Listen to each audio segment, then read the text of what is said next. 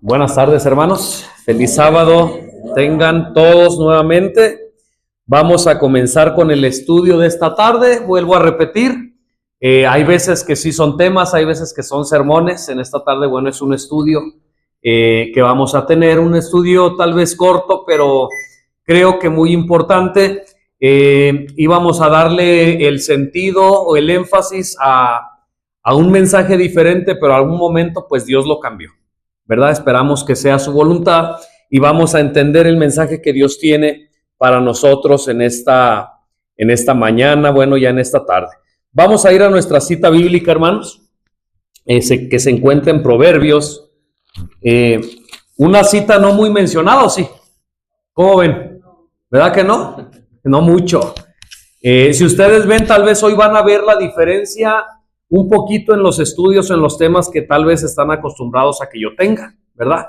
Casi todos los temas que yo tengo, por lo regular, pues son con eventos finales, son con profecías tal vez, son con doctrinas específicas de la palabra de Dios. En esta mañana tal vez algunos de ustedes noten diferencia.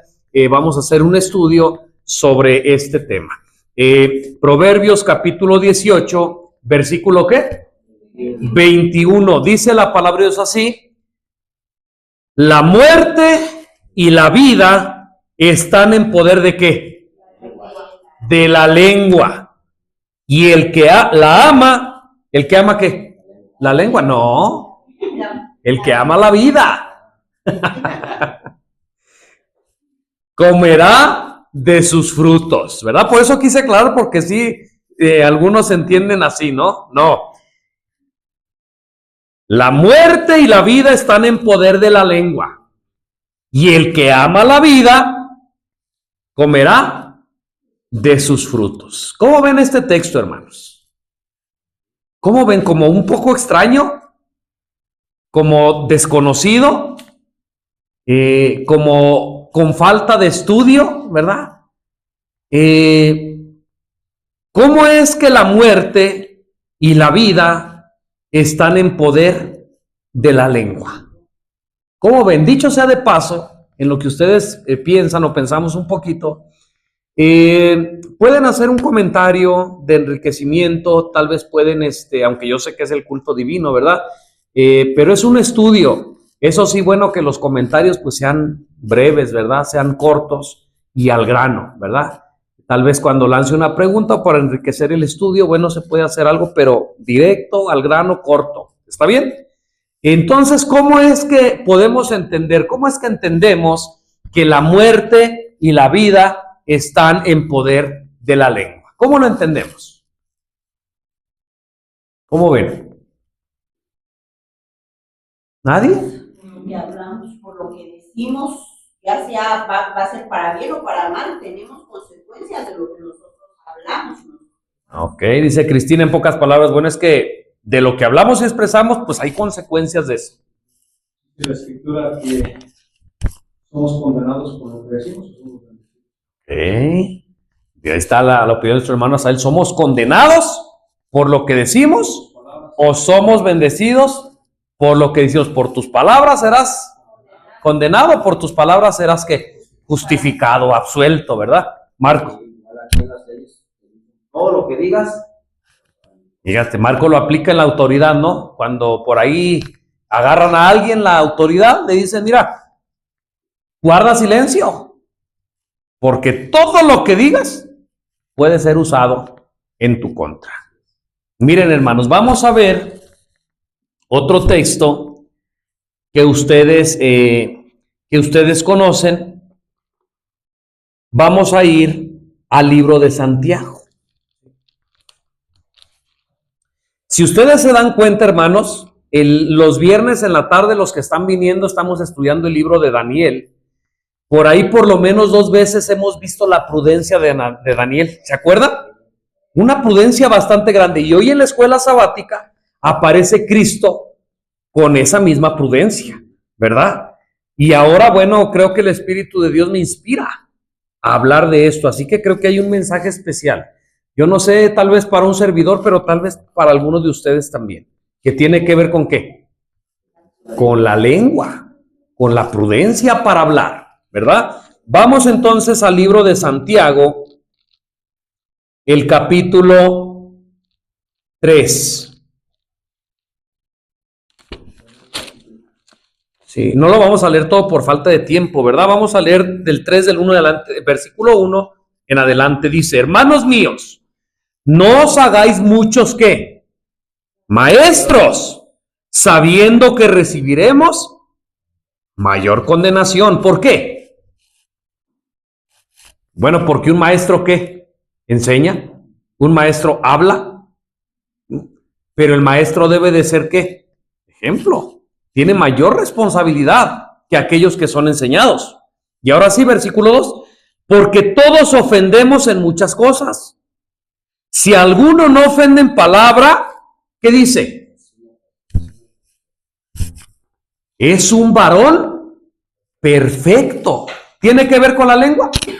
¿Tiene que ver con las palabras? ¿Tiene que ver con la prudencia al hablar? Claro que sí.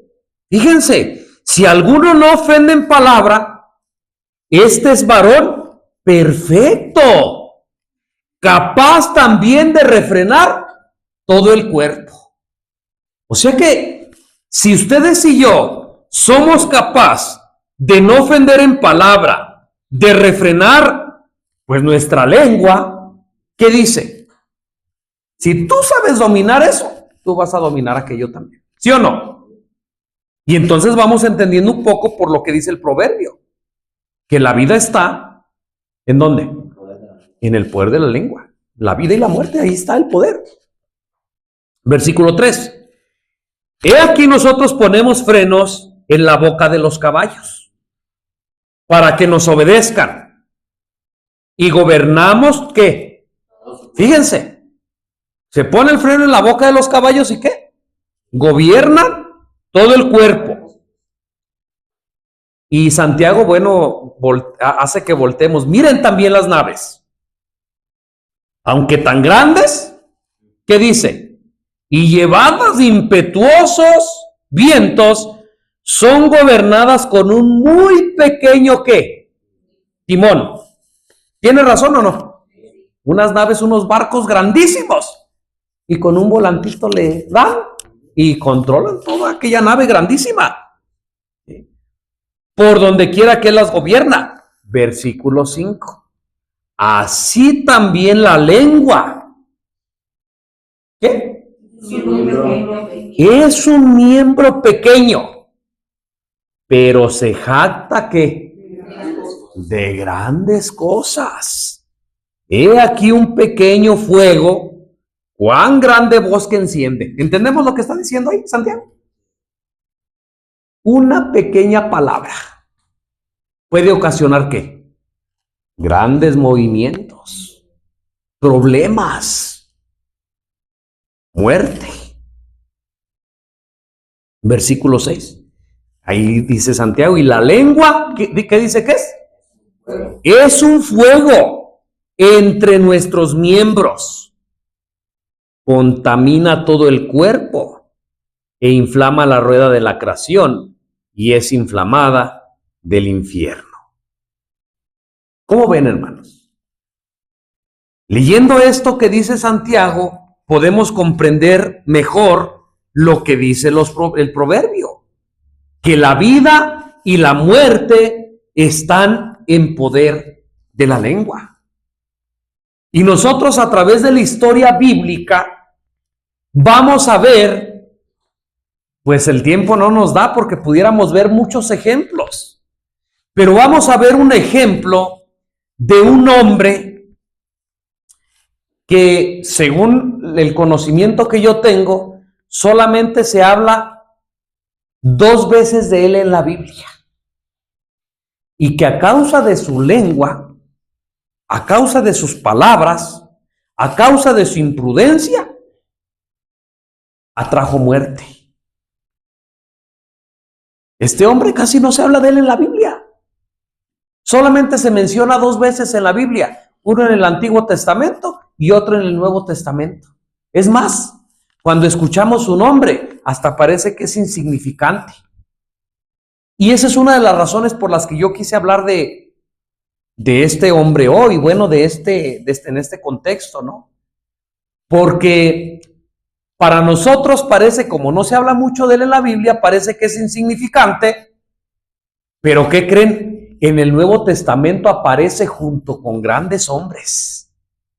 Lo comparan con estos grandes hombres. Entonces me causó, pues, entiendan, inquietud, me causó inquietud. Dije, bueno, este hombre casi no se habla, de este hombre casi no se predica, pero es comparado en el Nuevo Testamento con los grandes hombres de Dios.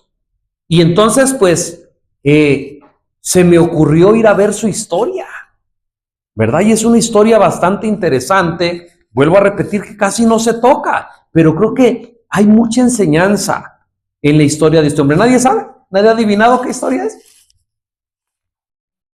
Un hombre que casi no se habla de él, un hombre que solamente es, la información que yo tengo solamente se habla dos veces, una en el Antiguo Testamento y otra en el Nuevo Testamento.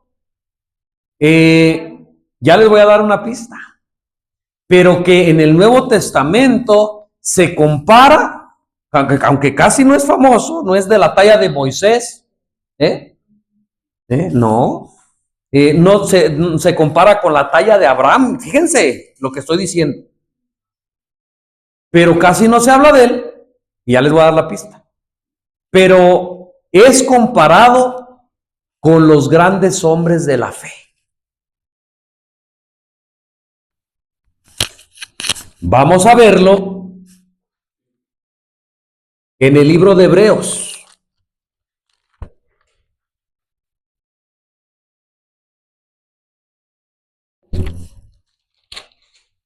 Capítulo 11. Era lógico que tenemos que ir a capítulo 11 de Hebreos, ¿sí o no? Y de hecho, cuando yo leí este texto, aparecen muchos nombres, los héroes de la fe, ustedes lo conocen. Pero cuando yo vi su nombre ahí, yo dije, bueno, ¿por qué según mi percepción, no es tan importante, pero está metido ahí en la lista? Hebreos 11, versículo 32. Dice, ¿y qué más digo? Porque el tiempo me faltaría contando de Gedeón, y de Barak, y de Sansón, ¿y de quién más? Y de Jefté. Así como de David y de Samuel y de los profetas. ¿De quién vamos a hablar? Bueno, no vamos a hablar de él, ¿verdad? Específicamente, pero sí vamos a ver su vida. Vamos a ver su historia. Y vamos a comprobar que lo que dice el proverbio es cierto. La vida y la muerte están en el poder de la lengua. ¿Cómo ven esto? Vamos entonces a Jueces, capítulo 10, primeramente. ¿Verdad que casi no se habla de este hombre? No se habla mucho de su historia, pero ¿creen que si está ahí es porque podamos aprender alguna lección? Claro que sí. Jueces, capítulo 10.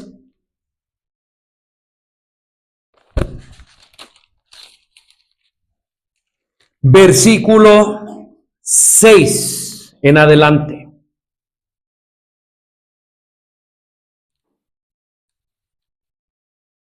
Voy a preguntar lo que he preguntado anteriormente. ¿Alguien se aburre si leemos una porción un poquito grande de la Escritura? ¿No? Qué bueno. Josué capítulo 10, versículo 6. Voy a leer, perdón, Jueces capítulo 10, del 6 en adelante. Y voy a leer desde esta parte, bueno, para la introducción y para que veamos el panorama completo. ¿Qué es lo que estaba pasando ahí? Versículo 6 dice así: mas los hijos de Israel volvieron a hacer lo malo ante los ojos de Jehová. ¿Qué nuevas, verdad? ¿Era novedad esto? y sirvieron a los Baales y a Astarot y a los dioses de Asiria y a los dioses de Sidón y a los dioses de Moab y a los dioses de los hijos de Amón y a los dioses de los filisteos, y dejaron a Jehová y no le sirvieron. Y Jehová se airó contra Israel y los entregó en manos de los filisteos y en manos de los hijos de Amón, los cuales oprimieron y quebrantaron a los hijos de Israel en aquel tiempo. ¿Cuánto tiempo? 18 años. Suena fácil decirlo, ¿verdad? Pero 18 años, hermano. A todos los hijos de Israel, fíjense, que estaban al otro lado del Jordán, en la tierra del amorreo, que es en Galaad. ¿Se acuerdan cuando Dios llevaba a su pueblo a la tierra prometida, pero que 2 tribus y media no quisieron pasar? Que dijeron, no, ¿sabes qué? Mira, esta tierra de Seón, pues está mejor y a nosotros nos gustaría estar aquí.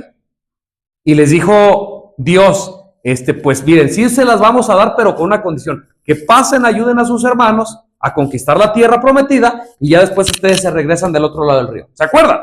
Esta es la tierra donde aparece este personaje.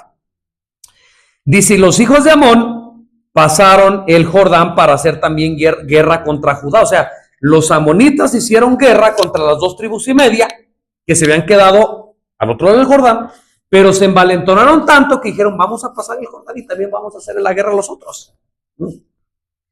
Y contra Benjamín y la casa de Efraín e Israel fue en gran manera afligido. Y los hijos de Israel clamaron a Jehová diciendo, nosotros hemos pecado contra ti porque hemos dejado a nuestro Dios y servido a los Baales. Y Jehová respondió a los hijos de Israel, ¿no os libré yo de los egipcios, de los amorreos, de los hijos de Amón y de los filisteos? También los de Sidón os oprimieron, y los de Amalec, y los de Maón, y clamasteis a mí, y yo os libré de sus manos. Mas vosotros me habéis dejado, y habéis servido a dioses ajenos, por tanto, yo no los voy a librar más. ¿Cómo ven, hermanos? ¿Se cansó Dios del pueblo? Porque si ustedes ven la vida del pueblo, era de, me arrepiento, Dios me salva, vuelvo a caer. Me arrepiento, Dios me salva, vuelvo a caer, hasta que Dios dijo, miren, ya los he salvado de estos, ya no los voy a volver, ya no los voy a ayudar. Y entonces Dios les recrimina en su cara. Anden, vayan y clamen a los dioses que habéis elegido, que os libren ellos en el tiempo de vuestra aflicción. Qué duro es Dios, ¿verdad? Ay, qué malo. Y los hijos de Israel respondieron a Jehová, hemos pecado. Haz con nosotros como bien te parezca, solamente que ahora nos libres en este día. Cuando vamos a Comentario Bíblico Adventista, dice que estos hombres no estaban arrepentidos sinceramente. Sentían dolor por las consecuencias de sus actos, pero no estaban arrepentidos. Pero aún con todo, hermanos, veamos el amor, la misericordia, la paciencia de nuestro Dios. Versículo 16, y quitaron de entre sí los dioses ajenos y sirvieron a Jehová, y su alma fue angustiada. Fíjense, ahí quiero que nosotros hagamos, porque vamos a aprender muchas lecciones también de aquí. Quitaron de entre sí los dioses ajenos y sirvieron a Jehová, y su alma fue angustiada a causa de la aflicción de Israel. ¿El alma de quién? Hermanos, ¿se pueden imaginar esto? El alma de Jehová, o sea, el ser de Jehová. Jehová mismo, por estas circunstancias, por lo que estaba pasando, Dios mismo fue angustiado por la aflicción de Israel. Y no solamente por la aflicción de que los pueblos enemigos estaban atacándolos, sino por la situación espiritual del pueblo.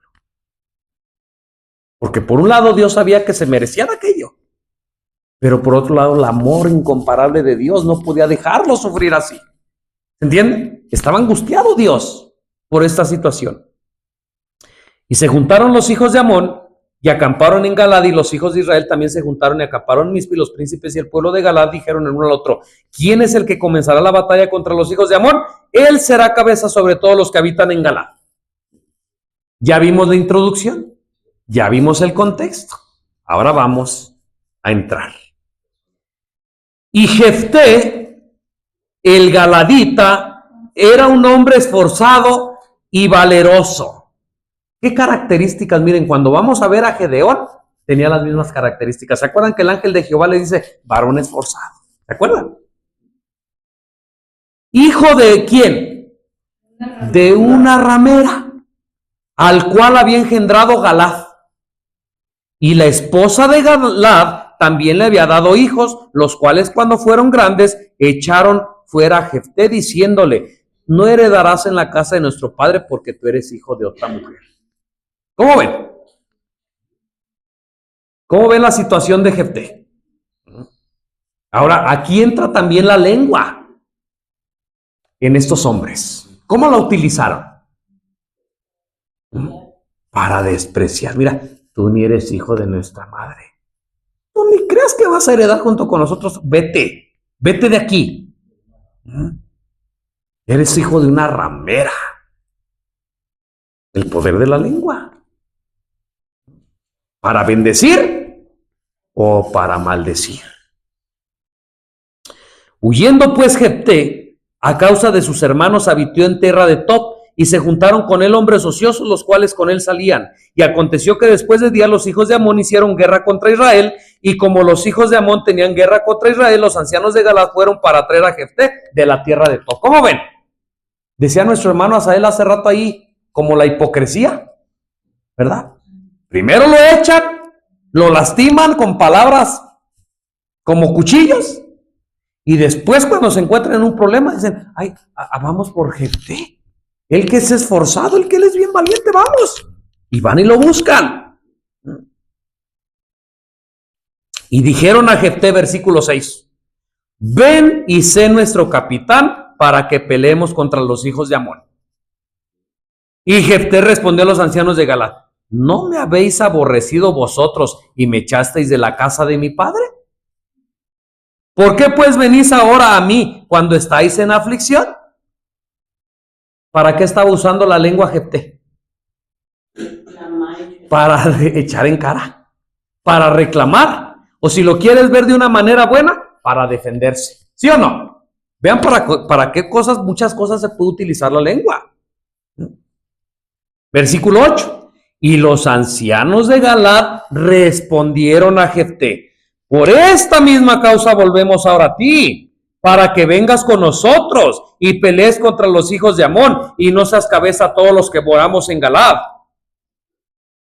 No seas cabeza, o sea, nos seas cabeza a todos los que moramos en Galad. Jefté entonces dijo a los ancianos de Galad, si me hacéis volver para que pelee contra los hijos de Amón, y si Jehová los entrega delante de mí, ¿seré yo vuestra cabeza? Y los ancianos de Galad respondieron a Jefté, Jehová sea testigo entre nosotros si no hacemos como tú dices. ¿Cómo ves? ¿Cómo ven? 11. Entonces Jefté vino con los ancianos de Galad, y el pueblo lo eligió por su cabeza y príncipe, y Jefté habló de todas sus palabras delante de Jehová. ¿En dónde? En Mizpa.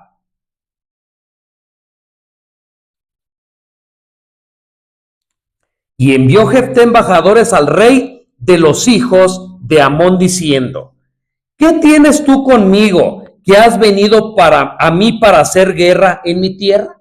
Fíjense, ahora Jefté, constituido como príncipe del pueblo, ahora se encara ¿con quién? Con el príncipe o con el general o con el rey del otro pueblo. Pero miren lo inteligente que es Jefté. Ahorita nos vamos a dar cuenta que él quiere evitar la guerra a toda costa. Miren, versículo 12. Y envió Jefté embajadores al rey de los hijos de Amón, diciendo, ¿qué tienes tú conmigo, que has venido a mí para hacer guerra en mi tierra? Exactamente, Jefté hace una pregunta, y recordemos que las preguntas se hacen para entablar una conversación o para obtener ¿qué? Información. Hace una pregunta, quiere comenzar un diálogo. Versículo 13, y el rey de los amonitas respondió a los embajadores de Jefté, por cuanto Israel tomó mi tierra, cuando subió de Egipto desde Arnón hasta Jaboc y el Jordán, por tanto devuélvelas ahora en paz. ¿Qué es lo que quería el rey amonita? Devuélveme mis tierras. Esas tierras son mías, devuélvemelas en paz y se acaba el problema. Pero fíjense, Jefté, lo que hace. Hermanos, ¿se les hace interesante esto? ¿Verdad que sí? Está bonita la historia. Y podemos aprender lecciones. Versículo 14. Y Jefté volvió a enviar otros embajadores al rey de los amonitas para decirle: Jefté ha dicho así: Israel no tomó tierra de Moab, ni tierra de los hijos de Amón. Mas subiendo Israel de Egipto, anduvo por el desierto hasta el Mar Rojo y llegó a Cades. ¿Sabía Jefté la historia de sus antepasados? Entonces Israel envió embajadores al rey de Edom, diciendo: yo te ruego que me dejes pasar por tu tierra. Mas el rey de Edom no los escuchó. Envió también al rey de Moab, el cual tampoco quiso. Israel, por tanto, se quedó en Cades. Después, yendo por el desierto, rodeó la tierra de Edom y la tierra de Moab, y viniendo por el lado oriental de la tierra de Moab, acampó en el otro lado de Arnón. Y no entraron por el término de Moab, porque Arnón era la frontera de Moab. Y envió Israel embajadores a Sehón, rey de los amorreos, rey de Hesbón, y le dijo Israel: te ruego que me dejes pasar por tu tierra hasta mi lugar. Mas Sehón no se fió de Israel para darle paso por su término, o por su territorio, sino que reuniendo Sehón a toda su gente, acampó en Jahaza y peleó contra Israel. Pero Jehová, Dios de Israel, entregó a Sehón y a todo su pueblo en mano de Israel y los venció. Y poseyó Israel toda la tierra del amorreo que habitaba en aquel país. Poseyeron también todo el término del amorreo desde Arnón hasta Jaboc y desde el desierto hasta el Jordán. Y ahora escuchen la conclusión de Jefté. Así que Jehová Dios de Israel echó a los amorreos de delante de su pueblo Israel. ¿Y lo has de poseer tú? ¿No poseerás tú lo que quemó tu Dios te dé por posesión? Así poseeremos nosotros a todo aquel que echó Jehová nuestro Dios de delante de nosotros. ¿Cómo ven? ¿Qué es lo que estaba haciendo Jefté con el rey amonita? Lo estaba haciendo entrar en razón. Jefté estaba usando su lengua para vida. ¿Sí o no? Quería evitar la guerra, quería evitar la muerte, quería hacer entrar al rey amonita en razón. Le está diciendo: mira, tú dices que esta tierra te pertenece, pero ¿sabes qué? Esta tierra no te pertenece a ti. Mira, cuando Dios nos sacó de Egipto, y empieza a contar la historia, y dice: nosotros le dijimos a Sehón, déjanos pasar, ¿y qué crees? No quiso. Y Dios entregó en nuestras manos a Sehón. El dueño de la tierra era Sehón, rey amorreo, y Dios le quitó esa tierra y nos la dio a nosotros. Si tú, Amón, dices que esa tierra antes de Sehón te pertenecía, esa es otra cosa. Pero a nosotros Dios nos la dio de la mano de Sehón. ¿Entienden, hermanos, la historia? Dice: así que esa tierra ni siquiera te pertenece. Mira, Jehová nuestro Dios nos la dio a nosotros. Tú tienes un Dios llamado ¿cómo? Quemos. Si ese Dios quiere darte tierra, que te la dé si puede. Tú posees lo que tu Dios te da. Nosotros poseemos lo que Dios nos da. ¿Cómo ven, hermanos? ¿Era inteligente Jefté? No poseerías lo que te dio Dios. Exacto. Tú posees lo que te dé tu Dios. Nosotros poseemos lo que Dios nos da. Versículo 25. ¿Eres tú ahora mejor en algo que Balac, hijo de Zippor, rey de Moab? ¿Tuvo el pleito contra Israel o hizo guerra contra ellos? Cuando Israel ha estado habitando por 300 años Hesbón. ¿Cuántos razonamientos da? Muchos. Y sus aldeas, Aroer y sus aldeas y todas las ciudades que están a los términos de Arnón. ¿Por qué no la habéis reclamado en ese tiempo? Fíjense, nosotros tenemos por lo menos 300 años de habitar en esa tierra. ¿Por qué hasta ahora vienes? ¿Por qué no la reclamaste desde antes? Queriendo hacer razonar al rey Amón. Cuando tú lees comentarios bíblicos adventistas, tú vas a encontrarte que lo que Jefté quería era evitar la guerra, evitar la muerte. Y él sabía, Jefté tal vez entendía, que el poder de la lengua.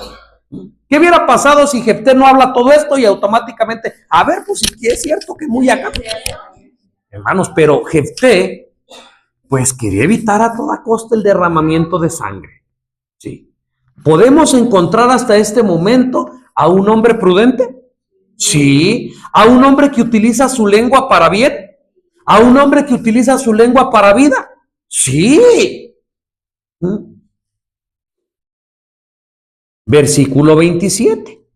Así que yo en nada he pecado contra ti, le dice Jefté a Amón. Yo en nada he pecado contra ti, mas tú me haces mal haciendo guerra contra mí. Jehová, que es el juez, juzgue hoy entre los hijos de Israel y los hijos de Amón. ¿Cómo ven, hermanos? Miren, voy a leer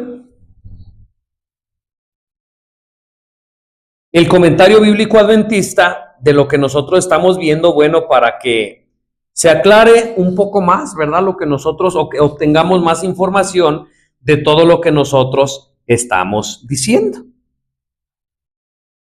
Déjenme encontrarlo. Si hay algo, hay alguna observación, algún comentario, alguna cosa importante que quieran decir. ¿No? ¿Todo está clarito? Ok, miren.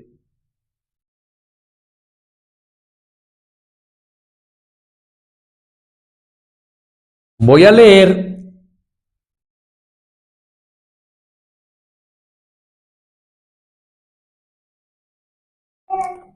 el capítulo 11 de Jueces, pero ahora el versículo 30.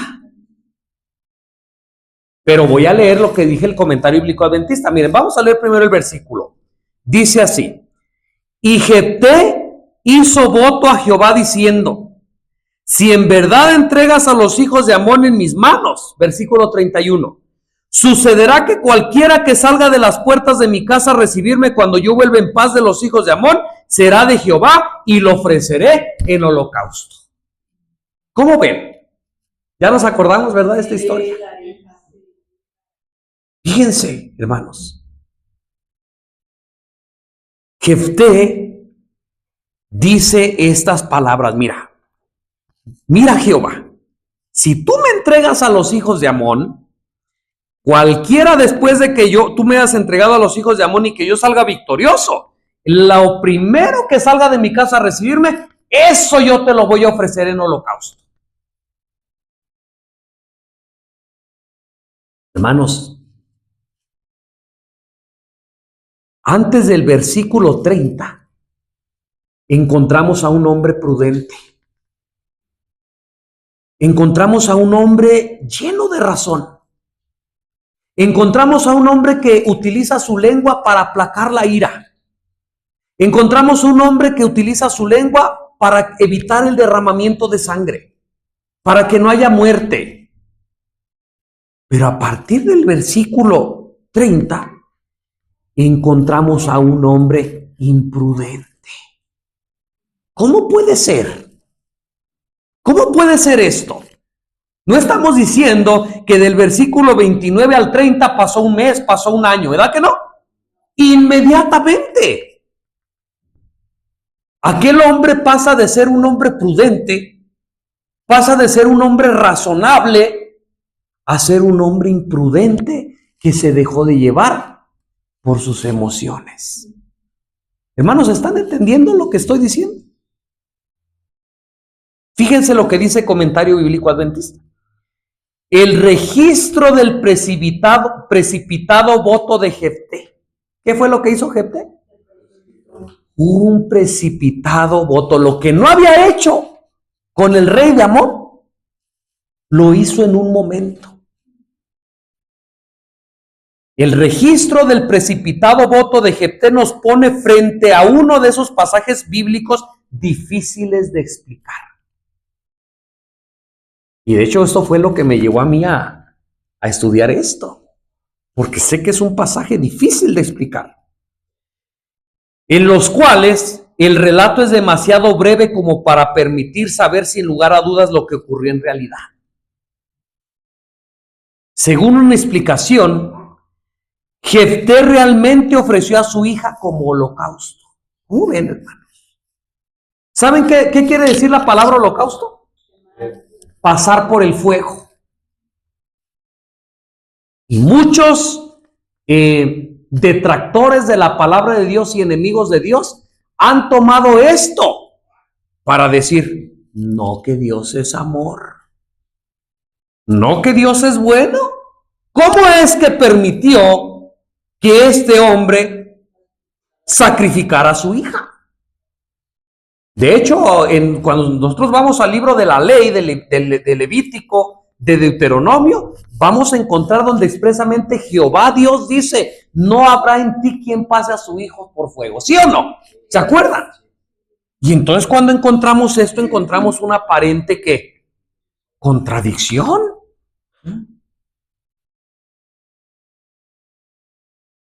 En vista de que Dios le dio éxito luego de haber hecho este voto, tal acción de su parte parece especialmente odiosa y dificilísima de entender. ¿Sí o no? Ahora miren, hermanos, hay una segunda posición. Miren, voy a leer todo el texto y enseguida lo desmenuzamos. ¿Les parece bien? Para que ya tengamos en nuestra cabeza lo que sucedió. Versículo 32. Y Jefté pasó a donde estaban los hijos de Amón para pelear contra ellos. ¿Y Jehová qué pasó? ¿Qué hizo? Los entregó en su mano. Y los hirió de grandísimo estrago desde Aroer hasta llegar a Minit, 20 ciudades y hasta la Vega de las Viñas. Así fueron sometidos los hijos de Amón delante de los hijos de Israel. Y cuando Jefté llegó a su casa en Mizpa, he aquí que su hija salió a recibirle con panderos y danzas, y ella era su única hija, fuera de ella no tenía hijo ni hija. Y aconteció que cuando él la vio, ¿qué pasó? Rasgó sus ropas diciendo, ¡ay, hija mía! De verdad me has abatido y tú eres de los que me afligen. Y ahora escuchen la expresión de Jefté. Porque yo, ¿qué? He abierto mi boca a Jehová y no podré retractarme. Ella entonces le respondió, Padre mío, si has abierto tu boca a Jehová y haz de mí como salió de tu boca, pues que Jehová ha hecho venganza de tus enemigos, los hijos de Amón. Y además dijo a su padre, permite que me sea hecho esto, deja que por 2 meses yo vaya y descienda por los montes y llore mi virginidad, y yo y mis compañeras. Él entonces dijo, ve, y la dejó por 2 meses, y ella fue con sus compañeras y lloró su virginidad por los montes. Y aconteció que pasados los 2 meses, ella volvió a su padre, quien hizo con ella conforme a su voto que había hecho, y ella nunca conoció varón. De aquí fue la costumbre en Israel, que de año en año iban las doncellas de Israel a endechar a la hija de Jefté, galadita, 4 días en el año. Así que podemos constatar en esta historia que el proverbio que fue nuestra cita bíblica se cumplió en Jefté. En la lengua de Jefté estuvo la vida, pero en la lengua de Jefté también ¿qué estuvo? La muerte. Ahora miren.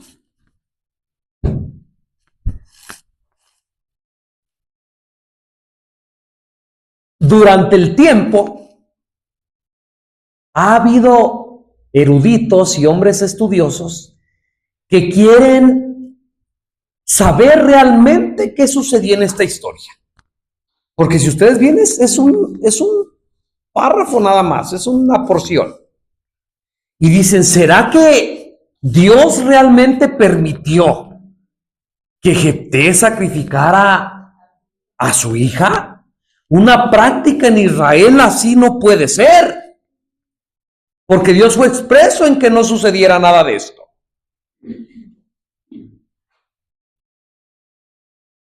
Y han querido o han intentado buscar ciertas salidas o explicaciones respecto a esto. Miren, por ejemplo,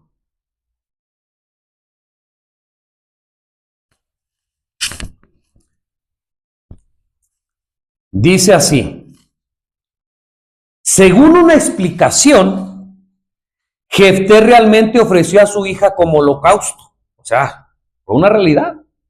Lo cual lo colocaría en una posición abominable. En vista de que Dios le dio éxito luego de haber hecho este voto, tal acción de su parte parece especialmente odiosa y dificilísima de entender. Pero hay una segunda posición. La segunda posición que supone que Jefté dedicó su hija a una vida de celibato. Lo exoneraría de la acusación de haberla ofrecido como sacrificio. Y toman de base Jueces 11:39. ¿Qué dice? Aconteció que pasados los 2 meses ella volvió a su padre y hizo con ella conforme a su voto que había hecho, y ella nunca conoció. ¿Cómo ven? Ahí dicen estos hombres, dicen, oh, hizo como el voto que había hecho su padre, nunca conoció varón. ¿Se entiende? O sea, la otra posición es que dice que realmente no mató a su hija ni la ofreció, sino que el voto que había hecho Jefté era que nunca se iba a casar y que nunca había conocido varón. Y por eso se encerró allá. ¿Están entendiendo la posición? Ahora, esto solamente yo lo estoy diciendo la posición porque un día vamos a tener que platicar, o tal vez va a llegar una persona que nos va a decir esto, y si nosotros no tenemos conocimiento de esto, pues, ¿qué vamos a hacer? ¿Qué vamos a decir? Pero miren, aquí como también en otros pasajes, tenemos el deber de determinar lo que dice la Biblia y de evitar los intentos por hacer armonizar sus declaraciones con nuestros conceptos del relato. Tenemos que aceptar lo que la Biblia dice y conformarnos con eso. En pocas palabras, lo que Comentario Bíblico Adventista está diciendo, que esa otra posición no es correcta. Tenemos que conformarnos con lo que la Biblia dice, y la Biblia dice que Jefté hizo lo que había prometido.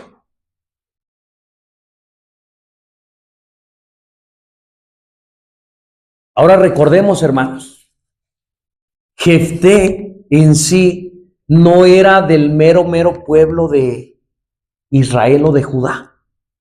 Aunque su padre era Galad, no Galad el conocido, era otro Galad. Recordemos que a él su familia lo echó. Y él se crió en una tierra alejada de su pueblo. Y allá aprendió esas costumbres.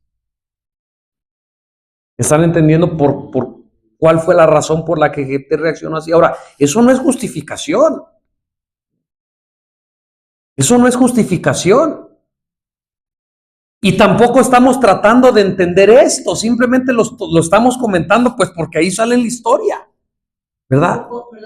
Sí. Tampoco dice que Dios se haya agradado. Así es, voy para allá. Ahora, muchos detractores de la Escritura y de Dios, o ateos o lo que quieran, pues de ahí agarran, pues ahí está tu Dios y que esto y que lo otro. Hermanos, así como David, Salomón, ¿cuántas mujeres tuvo? Pues un montón. ¿Sí? David, ¿cuántas tuvo? Abraham, por lo menos tuvo 2. Y muchos hombres toman estos pasajes de la Biblia y dicen, pues si David tuvo más, y si Salomón tuvo más, y Abraham, pues yo también. Pero el que aparezcan estas cosas ahí nunca quiere decir que Dios haya aprobado esas relaciones. Igualmente, en este caso, lo que dice Cristina, que Jefté haya hecho esto no quiere decir que Dios se agradó, que Dios lo aprobó. Para empezar, Dios nunca le pidió a Jefté esto, sino que fue una acción, ¿qué? Precipitada de parte de él, hermanos. Ya Dios le había concedido a Jefté, o le había dicho a Jefté, le había dado la seguridad que él iba a ganar. Jefté no tuvo en ningún momento pues la necesidad de prometer esto. ¿Me doy a entender? La lección que nosotros tenemos que aprender de aquí es que tenemos que ¿qué? Controlar, dominar nuestra lengua. Ahora acabamos de ver que Jefté no todo el tiempo tuvo ese problema. Jefté ya vimos que era razonable. Jefté ya vimos que utilizaba su lengua para vida. No quería guerra, no quería derramamiento de sangre, pero en un momento de descuido, En un momento, por eso leímos en Santiago que la lengua es ¿qué? Es fuego. Y que nos da a entender que la lengua es, que aunque pequeño, es el más difícil que de controlar, de dominar. Con la lengua podemos bendecir, pero con la lengua también se maldice. Con la lengua podemos dar palabras de aliento, pero con la lengua también dice otro proverbio, que nuestras palabras pueden ser como ¿qué? Como cuchillos. Que dañan, que hieren. Y debemos de controlar todo aquel hombre que es capaz de dominar su lengua. Es capaz de dominar todos los demás miembros del cuerpo. Y ahora te hago una pregunta y no me vayas a responder. Solo medítalo. ¿Cómo anda tu lengua? Ya te acordaste de todo lo que has dicho, ¿verdad? Ya me acordé de todo lo que yo he dicho. ¿Cómo usamos ese don que Dios nos dio? ¿Lo usamos para bendecir? ¿Lo usamos para vida? ¿Para palabras de vida? ¿O lo utilizamos para maldecir? ¿Lo utilizamos para herir? ¿Lo utilizamos para dañar? Ah, pues aquel me dijo, pues ahora yo le digo también. Y a lo mejor la respuesta de muchos fue o será, pues de las dos. Hay veces que sí digo palabras bonitas y palabras de vida, pero hay veces también que se me salen. ¿Qué dice la palabra de Dios? No puede salir de la misma fuente agua dulce y agua salada. No puede ser esto. Si estamos viviendo una vida así, quiere decir que no ha habido ¿qué? Una transformación. No ha habido un nuevo nacimiento como el que Cristo quiere que haya.